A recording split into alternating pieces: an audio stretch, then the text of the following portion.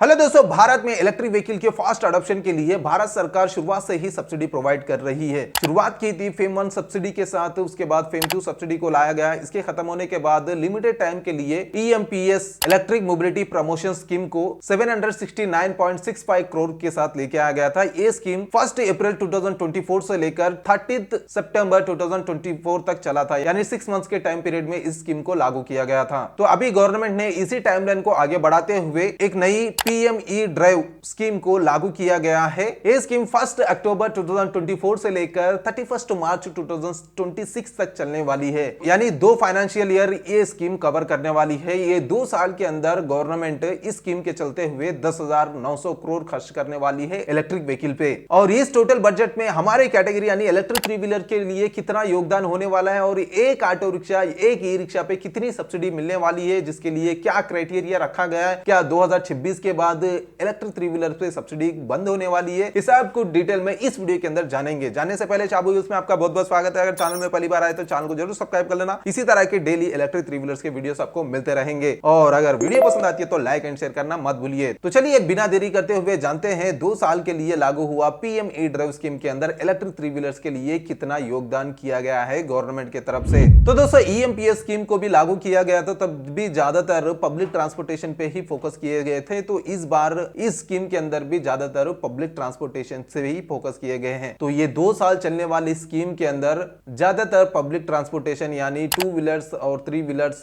E buses, ई ambulance, ई trucks और सबसे ज्यादा तो इस बार EV पब्लिक चार्जिंग स्टेशन पे सबसे ज्यादा बजट खर्च करने वाले हैं गवर्नमेंट की तरफ से इस स्कीम के जरिए। तो स्पेशली अगर 3 व्हीलर्स की बात कर रहे हैं तो हम यहाँ पे ई रिक्शा के लिए ये 2 साल में 1,10,596 यूनिट पे 192 करोड़ का सब्सिडी देने वाले हैं। और L5 ऑटो रिक्शा की बात की जाए तो 2 साल में 2,05,392 यूनिट्स पे 715 करोड़ की सब्सिडी देने वाले हैं। और इसके अलावा इस बार चार्जिंग इंफ्रास्ट्रक्चर पे फोकस करने वाले हैं, तो EV पब्लिक चार्जिंग के लिए 2,000 करोड़ की सब्सिडी यहाँ पे इस्तेमाल होने वाली है चार्जिंग इंफ्रास्ट्रक्चर के लिए, जो कि बहुत ही ज्यादा हेल्पफुल होने वाली है। अभी पिछले 2 स्कीम के चलते हुए काफी सारे इलेक्ट्रिक 3 व्हीलर्स मार्केट में आ चुके हैं, लेकिन एक ही कमी थी चार्जिंग स्टेशन की, वो कमी इस स्कीम के जरिए पूरी हो सकती है। तो 2 साल चलने वाली PME ड्राइव स्कीम के अंदर दोनों साल डिफरेंस तरह की सब्सिडी मिलने वाली है। पहले साल फुल सब्सिडी मिलने वाली है और दूसरे साल जो सब्सिडी मिल रही थी पहले साल में उसको ऑफ किया जा रहा है। स्पेशली हम इलेक्ट्रिक 3 व्हीलर्स के बारे में ही बात कर रहे हैं, तो यहाँ पे 2 कैटेगरी ई रिक्शा और L5 ऑटो रिक्शा के बारे में देखे जाए तो सबसे पहले हम ई रिक्शा के बारे में बात कर लेते हैं। तो पहले साल यानी फाइनेंशियल ईयर 2024 और 25 के अंदर पूरे 43,371 यूनिट्स पे 108 करोड़ की सब्सिडी मिलने वाली है। पर व्हीकल 5,000 पर किलोवाट मिलने वाला है और मैक्स कैप 25,000 किया गया है, यानी 25,000 ही लास्ट मैक्सिमम सब्सिडी आपको ई रिक्शा पे मिल सकती है। और अगर हम दूसरे साल यानी फाइनेंशियल ईयर 2025-26 में देखा जाए तो 67,225 यूनिट्स पे 84 करोड़ की सब्सिडी मिलने वाली, लेकिन इस बार जो सब्सिडी मिल रही थी उसको घटा दिया गया है, यानी पर किलोवाट 2500 और मैक्स कैप किया गया है 12,500। पहले साल के मुकाबले में दूसरे साल आधी सब्सिडी घटा दी गई है। और अगर L5 ऑटो रिक्शा की बात की जाए तो पहले साल यानी फाइनेंशियल ईयर 2024-25 के अंदर 80,546 यूनिट पे 403 करोड़ की सब्सिडी मिलने वाली है। और इंडिविजुअल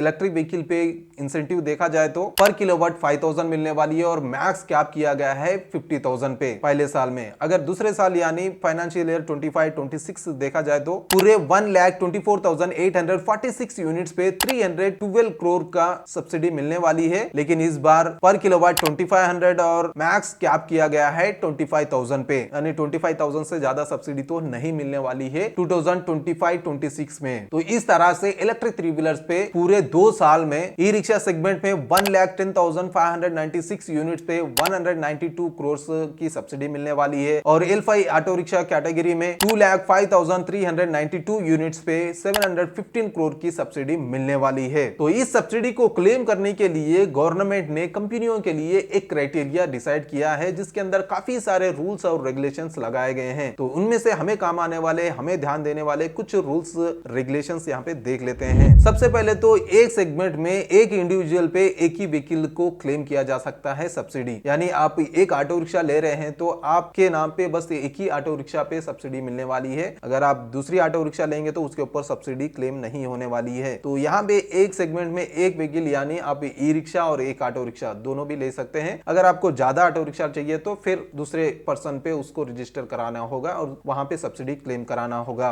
और दूसरी रूल है कि इलेक्ट्रिक ऑटो रिक्शा की मैन्युफैक्चरिंग डेट ईएमपीएस स्कीम को लागू किया गया था 1 अप्रैल पे। तो 1 अप्रैल 2024 से लेकर पीएम ई ड्राइव स्कीम की एंडिंग होने वाली है 31 मार्च 2026। इसी बीच के ऑटो रिक्शा पे सब्सिडी क्लेम कर सकते हैं। तो आप अगर ऑटो रिक्शा लेने जा रहे हैं तो ईएमपीएस के पहले वाले मैन्युफैक्चरिंग डेट वगैरह होंगे तो आप एक बार ध्यान देना, क्योंकि जो स्कीम रखी गई है उसी स्कीम के अंदर जो मैन्युफैक्चर हुए उसी स्कीम पे आपको सब्सिडी मिलने वाली है। और जो क्राइटेरिया इन्होंने रखा है बैटरी को लेकर, परफॉर्मेंस को लेकर, सब कुछ उसी ऑटो रिक्शा में बेहतर मिलने वाले हैं। और इसके अलावा वारंटी को लेकर भी गवर्नमेंट बहुत ही स्ट्रिक्ट चल रही है, जो कि ईएमपी स्कीम के अंदर भी हमने देखा था स्टैंडर्ड वारंटी को कंपलसरी किया गया था। तो इस बार भी उसी रूल को कंटिन्यू किए हैं, जो कि है ई रिक्शा पे 3 इयर्स या 40,000 किलोमीटर पे स्टैंडर्ड वारंटी मिलने चाहिए और L5 ऑटो रिक्शा पे 3 इयर्स या 80,000 किलोमीटर पे स्टैंडर्ड वारंटी कंपलसरी है। इससे भी ज्यादा अगर कोई कंपनी दे रही है तो वो कंपनी की तरफ से मिलने वाली है, तो बहुत ही अच्छा है। और स्टैंडर्ड वारंटी यानी मिनिमम आपको 3 इयर्स और कुछ किलोमीटर जो मेंशन किए गए हैं उन पे मिलने वाली है। हार्डवेयर और वारंटी के अलावा भी परफॉर्मेंस पे भी कुछ रूल्स लगाए हैं गवर्नमेंट ने। अगर हमारे इलेक्ट्रिक 3 व्हीलर्स की ही बात कर लिए जाए तो इलेक्ट्रिक ई रिक्शा का मिनिमम रेंज 80 किलोमीटर होना चाहिए और इसके अंदर मिनिमम 100 किलोमीटर के लिए 8 किलोवाट आवर की बैटरी यूज होना चाहिए। और L5 ऑटो रिक्शा में मिनिमम 80 किलोमीटर का रेंज होना चाहिए और मिनिमम 100 किलोमीटर के लिए 10 किलोवाट आवर की बैटरी यूज होना चाहिए। और इसके अलावा मिनिमम स्पीड जो है 40 किलोमीटर पर आवर होना चाहिए। यानी गवर्नमेंट की तरफ से हर तरह से एक नया रूल लेके आया गया है। अगर हार्डवेयर लेवल पे देखेंगे तो बैटरी में एडवांस लिथियम आयन बैटरी ही होना चाहिए और अगर वारंटी के मुकाबले में 3 साल तो वारंटी स्टैंडर्ड की गई है और परफॉर्मेंस में भी कुछ क्राइटेरिया रखा गया है। और इसके अलावा भी काफी सारे रूल्स और रेगुलेशन लगाए गए हैं जो कि कंपनी कंपलसरी फॉलो करना ही है। तो दोस्तों ये था पीएम ई ड्राइव स्कीम के अंदर इलेक्ट्रिक 3 व्हीलर्स पे मिलने वाली सब्सिडी और टोटल बजट। यानी इस बार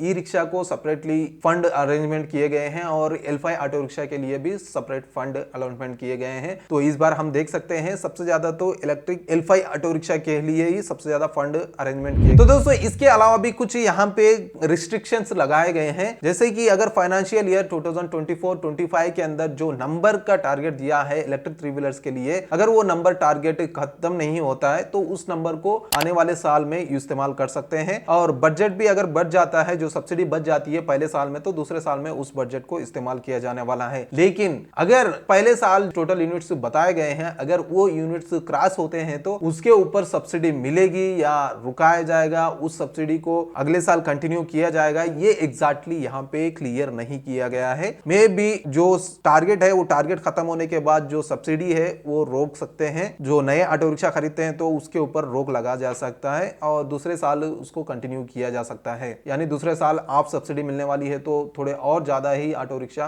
क्लेम कर सकते हैं सब्सिडी के अंदर। और दूसरी बात है इलेक्ट्रिक 3 व्हीलर्स के ऊपर जो सब्सिडी है वो खत्म हो चुकी है पहले ही साल के अंदर। नवंबर 7 तक की जो टारगेट था वो टारगेट कंप्लीट हो चुका था पहले ही साल का इलेक्ट्रिक L5 ऑटो रिक्शा के लिए। तो मे भी सब्सिडी को रोका जा सकता है या उससे जो भी रजिस्ट्रेशन हुए हैं वो दूसरे साल कंटिन्यू किया जा सकता है वो ऑटो रिक्शा पे। ये एग्जैक्टली तो यहाँ पे क्लैरिटी नहीं दिए हैं गवर्नमेंट की तरफ से। तो अगर जो टारगेट है वो खत्म होने के बाद जो ऑटो रिक्शा सब्सिडी क्लेम करना है तो मे भी वो अगले साल को शिफ्ट किए जाएंगे और जो अगले साल ऑटो रिक्शा पे सब्सिडी क्लेम होने वाली है वो आधी होने वाली है पहले साल से कंपैरिजन करेंगे तो इसके ऊपर क्लैरिटी नहीं है। जो टारगेट था कुछ रिपोर्ट्स के हिसाब से वो टारगेट ऑलरेडी खत्म हो चुका है L5 ऑटो रिक्शाओं के लिए। तो मे भी थोड़ा स्लाइटली आपको प्राइस थोड़ा ज्यादा देखने को मिल सकता है। तो दोस्तों 2 साल की पीएम ई ड्राइव स्कीम के अंदर इलेक्ट्रिक 3 व्हीलर्स के लिए तो हमें देखा है कितना योगदान हो रहा है, लेकिन 2026 के बाद बताया जा रहा है कि इलेक्ट्रिक 3 व्हीलर्स पे सब्सिडी रोका जा सकता है। अभी रिसेंटली हमने जो संडे न्यूज है उसके अंदर भी देखा था, अनिश शाह जो कि FICCI के प्रेसिडेंट है, उन्होंने बताया कि 2026 के बाद इलेक्ट्रिक 3 व्हीलर्स के ऊपर सब्सिडी की रिक्वायरमेंट नहीं होने वाली है और 3 व्हीलर कैटेगरी सब्सिडी पे डिपेंड नहीं होने वाली है। और इनके अलावा भी गवर्नमेंट के कुछ सीनियर ऑफिशियल्स का भी मानना यही है कि जो 10% से भी कम इलेक्ट्रीफाई हुए सेगमेंट पे ही सब्सिडी को कंटिन्यू करने के बारे बारे में बात की है। तो जिसके इंडिकेशन हम ये दोनों साल में मिलने वाली सब्सिडी से साफ देख सकते हैं। पहले साल तो पूरी सब्सिडी मिल रही है, लेकिन दूसरे साल घटाया जा रहा है, आधा घटाया जा रहा है, और मे भी तीसरे साल पूरा ही निकाल दिया जाए, यानी 2026 और 2027 का फाइनेंशियल ईयर में पूरी सब्सिडी को ही निकाल दिया जा सकता है। इसका मेन कारण यही है कि जितना गवर्नमेंट का टारगेट रखे गए थे वो टारगेट खत्म हो गए हैं और बहुत तेजी से इलेक्ट्रिक थ्री व्हीलर पे शिफ्ट हो रहे हैं सभी लोग। तो इसी वजह से मे बी 2026 के बाद इलेक्ट्रिक थ्री व्हीलर पे सब्सिडी नहीं मिल सकती है। अगर सब्सिडी नहीं मिलेगी तो रेट्स बढ़ते हैं, इस तरह का कुछ अंजम्पशन रहता है। लेकिन यहाँ पे बता दूं, इलेक्ट्रिक जो मैन्युफैक्चरिंग अभी फिलहाल जो बैटरी वगैरह है वो इंपोर्ट किए जा रही है। इंपोर्ट करने पर भी गवर्नमेंट में यहाँ पे टैक्स एग्जम्पशन किया है, तो उसके वजह से भी मे भी आने वाले दिनों में इलेक्ट्रिक ऑटो रिक्शा के रेट्स कम हो सकते हैं। और दूसरी बात,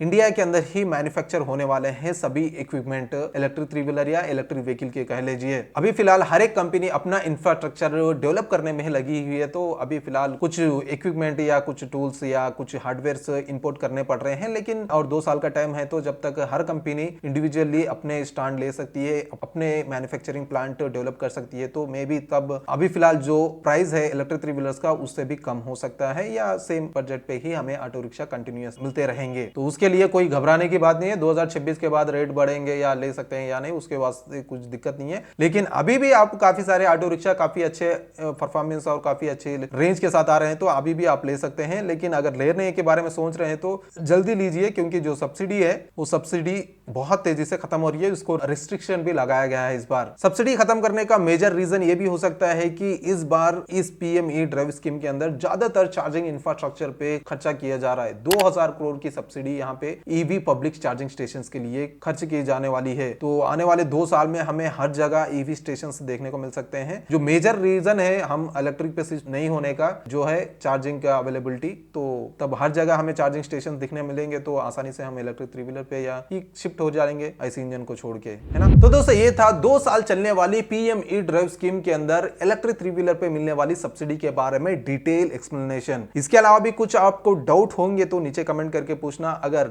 आप कमेंट नहीं कर पाते हैं तो हमारा टेलीग्राम ग्रुप भी है all India electric three wheeler का, तो वहां पे जाके ज्वाइन कर लेना। वहां पे हम डिस्कस करेंगे। अगर आपको कुछ भी डाउट है तो आप वॉइस रिकॉर्डिंग भी भेज सकते हैं, अगर लिखने नहीं आ रहा है तो ग्रुप ज्वाइन कर लेना। नीचे डिस्क्रिप्शन में लिंक दिया हुआ है। और बाकी वीडियो पसंद आती है तो लाइक एंड शेयर करना मत भूलिए, और इसी तरह के डेली इलेक्ट्रिक थ्री व्हीलर्स के वीडियोस के लिए चैनल को सब्सक्राइब करना मत भूलिए। तो मिलते हैं बहुत जल्द एक और नई इलेक्ट्रिक ऑटो रिक्शा के वीडियो के साथ। Until then bye bye and see you soon.